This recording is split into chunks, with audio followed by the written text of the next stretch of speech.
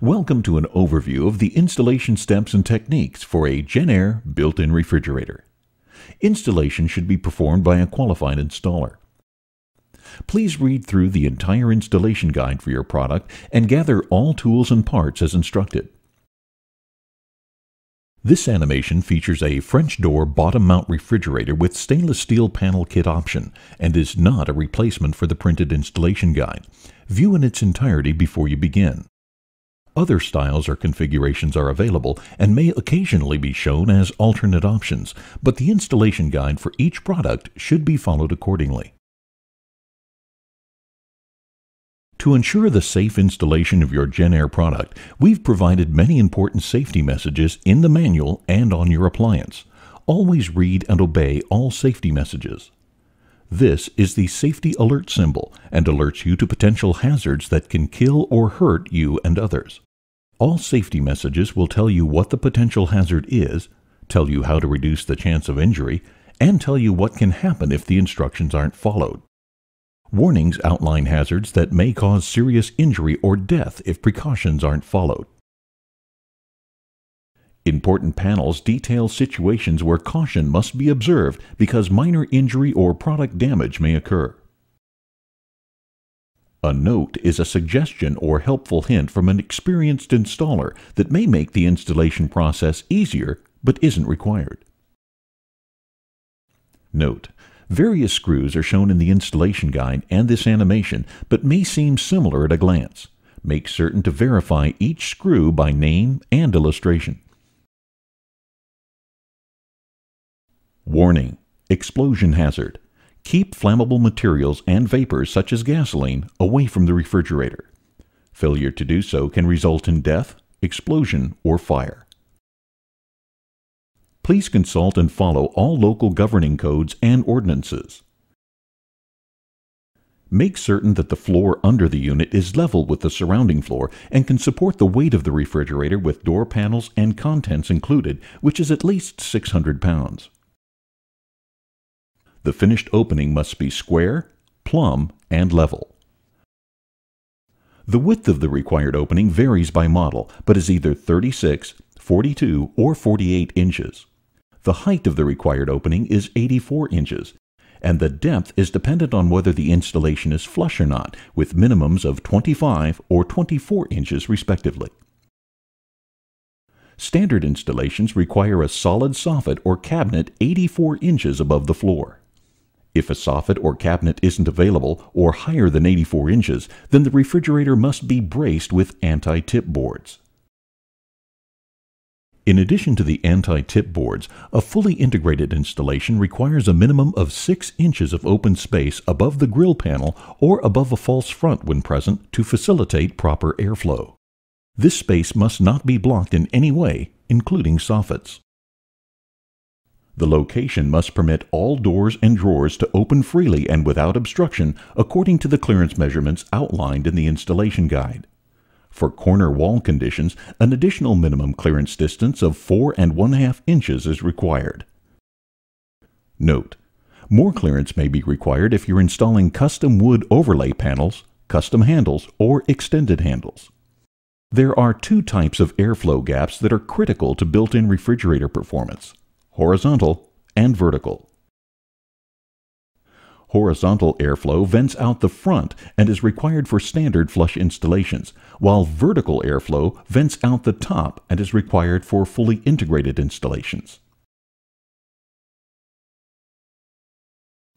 Because installation site conditions can vary widely, if needed, anti-tip boards are not provided with the product and should be measured and installed from pieces of 2x4 wood boards to meet the combined requirements of the model and opening. Note: install anti-tip boards before the refrigerator is positioned in the opening. The anti-tip boards must overlap the rear of the compressor housing by at least 2 inches and be long enough to fully cover the width of the housing. Locate and mark all stud locations on the rear wall 80 to 90 inches above the floor. Important: before drilling, make certain there are no electrical wires or plumbing behind the wall that the screws could penetrate. Depending on the depth of the opening, cut and attach one or more 2x4 wood boards to as many wall studs as possible with wood screws, making certain the wood screws have sufficient length to penetrate the studs by at least 1 1/2 inch. Warning: electrical shock hazard. Plug into grounded 3-prong outlet. Do not remove ground plug. Do not use an adapter. Do not use an extension cord. Failure to follow these instructions can result in death, fire, or electrical shock. Follow the National Electrical Code and local code ordinances when installing the receptacle. If a receptacle is already installed, consult a licensed qualified electrician to verify it meets requirements. Note: before performing any type of installation, cleaning, or removing of a light bulb, remove the top grill and turn the master power switch to off or disconnect power at the circuit breaker. A 115 volt, 60 Hz AC only, 15 or 20 amp fused grounded electrical supply is required.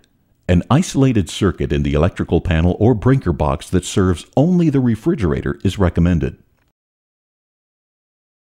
A grounded 3-prong electrical outlet should be located at the proper distance above the floor and from the right side cabinetry or end wall. Avoid using an outlet that is controlled by a switch or has a ground fault circuit interrupter or GFCI protection, as this could result in nuisance tripping. All installations must meet local plumbing codes and ordinances. Consult a licensed qualified plumber if you're unsure about any of the water supply requirements. The water supply shutoff valve should be located in a base cabinet on either side of the refrigerator or other easily accessible area. Do not use a self-piercing type or 3/16" saddle valve, which reduces water flow and clogs more easily. If a saddle type valve meets with local plumbing codes, your refrigerator dealer has a kit available that contains a 1/4 inch saddle valve with a union and copper tubing. Note: there is not enough clearance to achieve a flush installation if the water shutoff valve is located in the wall behind the refrigerator on a 25-inch deep cabinet. A cold water supply with water pressure between 30 and 120 psi is required to operate the ice maker. This includes the water coming from reverse osmosis water filtration systems if connected. It's not recommended for the ice maker to be connected to a softened water supply. Depending on your installation conditions, the water supply must come up through the floor.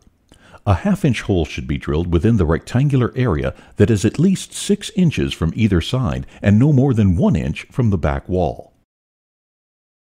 Extend the water line beyond the opening by using flexible tubing if it complies with local codes.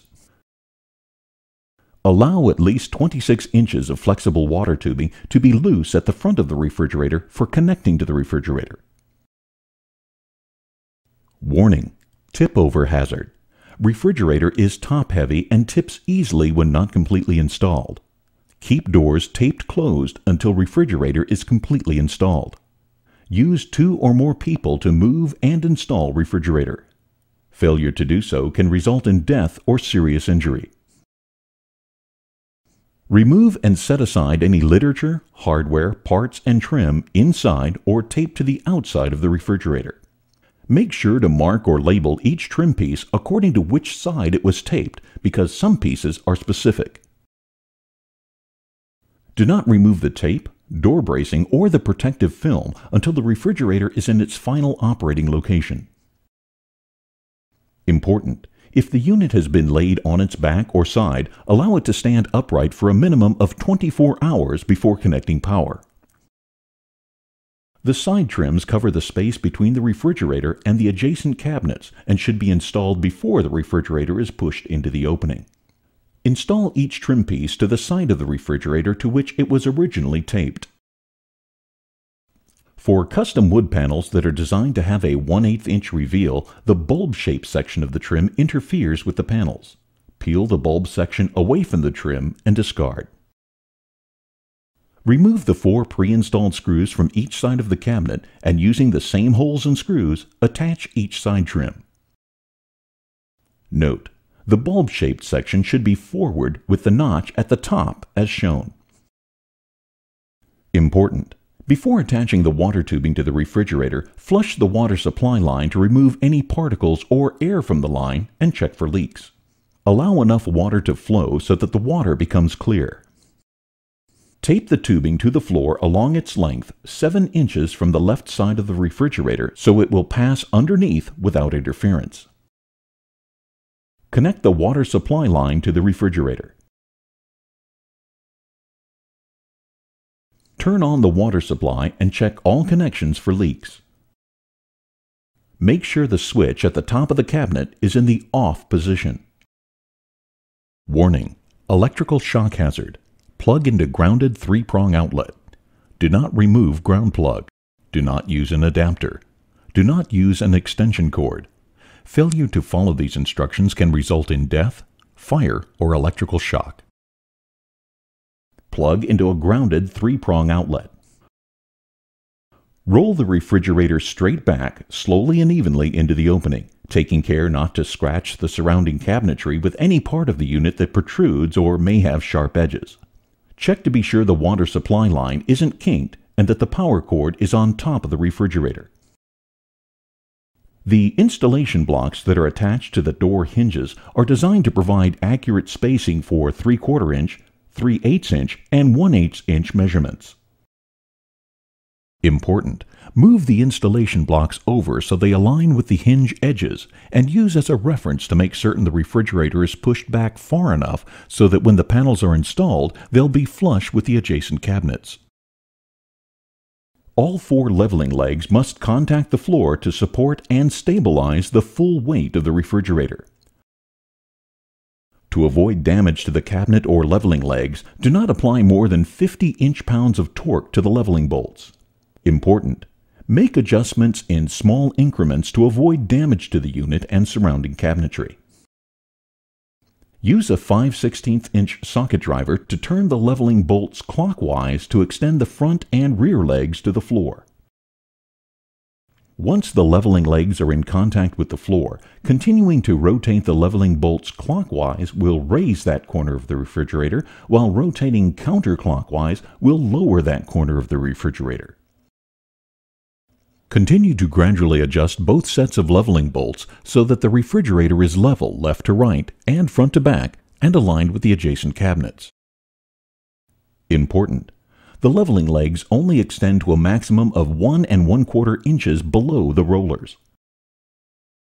Engage the anti-tip boards by continuing to raise the refrigerator evenly until the top of the refrigerator is making contact with the bottom of the anti-tip boards. To do this, rotate all leveling bolts clockwise the same amount. Use a straight edge or 4-foot level extended across the front of the refrigerator and adjacent cabinetry to verify it's still flush. Warning: excessive weight hazard. Use 2 or more people to move and install panels. Failure to do so can result in back or other injury. Note: for panel kits, experienced installers recommend attaching the handles at this time to ease movement and handling of the panels. Please follow the instructions specific for your door panel design. Locate the holes in the door panels for the handle mounting studs. Peel back the film covering just the area where the handle standoff touches the panel. Fasten the handle mounting studs to the door panels. Place the handle flush against the panel over the mounting stud and tighten the set screws with a hex key wrench. Note: door handle set screws should face the handle side edge, while drawer handle set screws should face downward.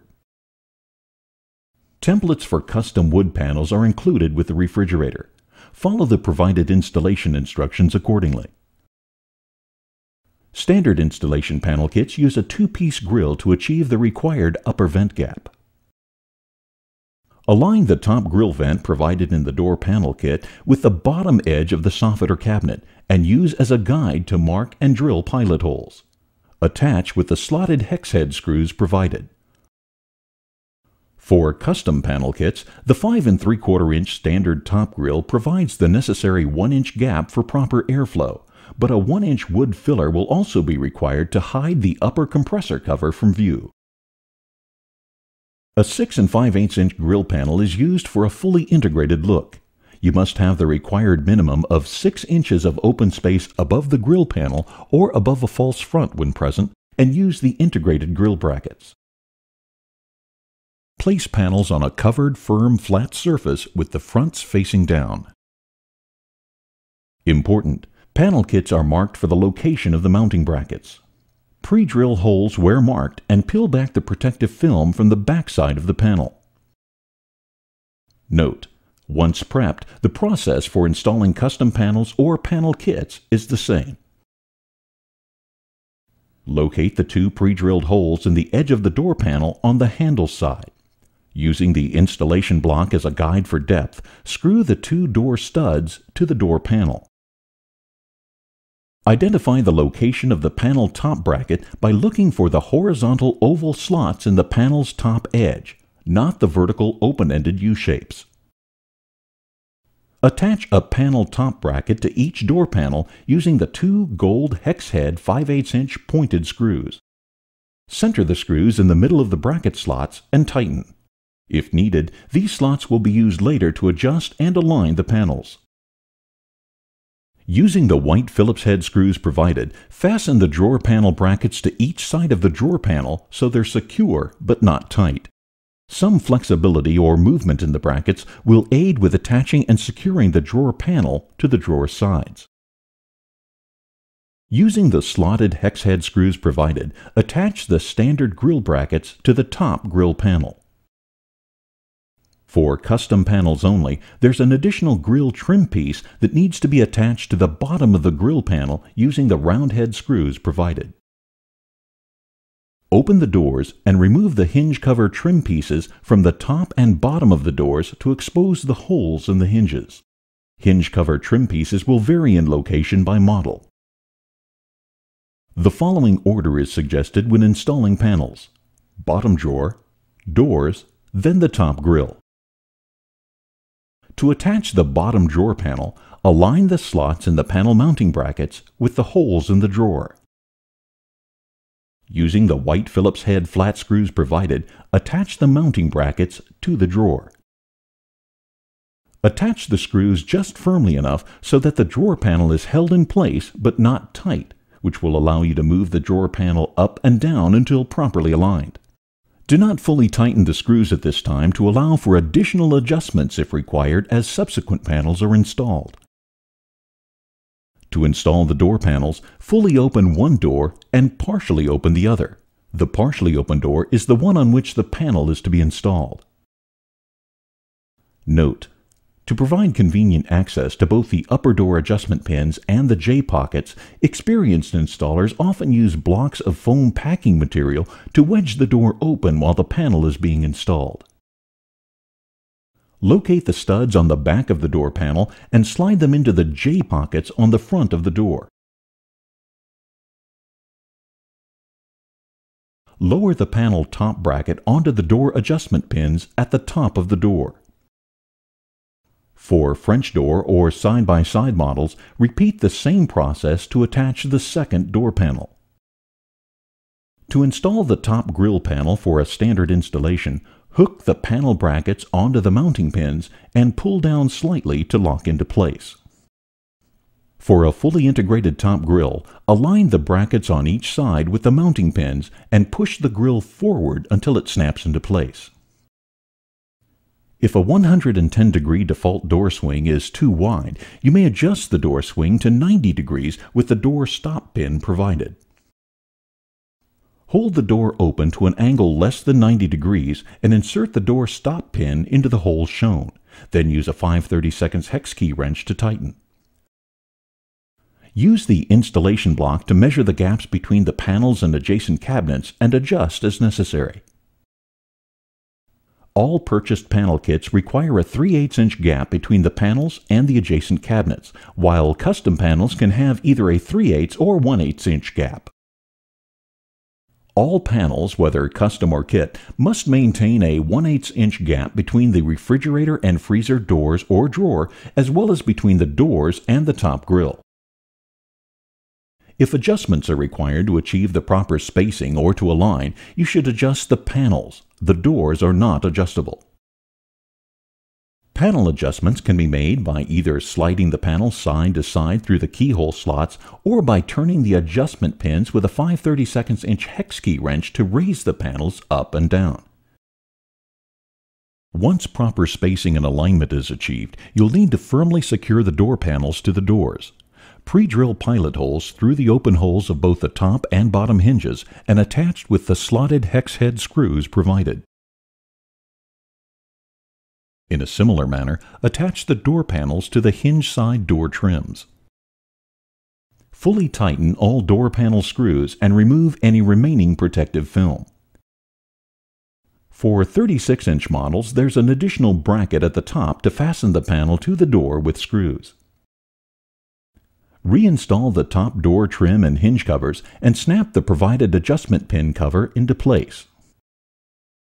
Note: missing hinge covers will result in a "no lights" error message because the covers engage the light switches when the door is closed. Using the white Phillips head flat screws provided, attach the handle side door trims. Attach and tighten the mounting brackets located at the bottom of the door to the respective door panels with the slotted hex head screws provided. If necessary, adjust the drawer panel alignment and fully tighten all screws. There are two pieces to the base grill assembly to allow for a custom fit: the base grill and the skirt that extends all the way to the floor if needed. The screws to attach the base grill are taped to the back. To determine if the skirt is needed, temporarily position the base grill and measure the distance between the bottom of the grill and the floor. If the gap is greater than 1/2 inch, the skirt will be needed. Remove the film from the base grill and snap the skirt onto the grill if necessary. To size the grill properly, score the skirt at the appropriate V-groove with a utility knife, and then break the skirt at the score line. Attach the base grill assembly to the refrigerator right side first using the two black screws provided. There are two pieces to the base grill assembly to allow for a custom fit: the base grill and the skirt that extends all the way to the floor if needed. The screws to attach the base grill are taped to the back. To determine if the skirt is needed, temporarily position the base grill and measure the distance between the bottom of the grill and the floor. If the gap is greater than 1/2 inch, the skirt will be needed. Remove the film from the base grill and snap the skirt onto the grill if necessary. To size the grill properly, score the skirt at the appropriate V-groove with a utility knife, and then break the skirt at the score line. Attach the base grill assembly to the refrigerator right side first using the two black screws provided. Turn the refrigerator switch to the on position. Wait a few moments and double-check all waterline connections for leaks. Remove all packing material from inside the refrigerator and the installation site. Install any shelves and bins removed during installation. Check that the compressor and all lights are operating properly. Controls are preset by the factory to the midpoint. Adjust as needed. Turn on the ice maker and the water system will flush through normal operation. Remind the customer to discard the first 2 to 3 batches of ice.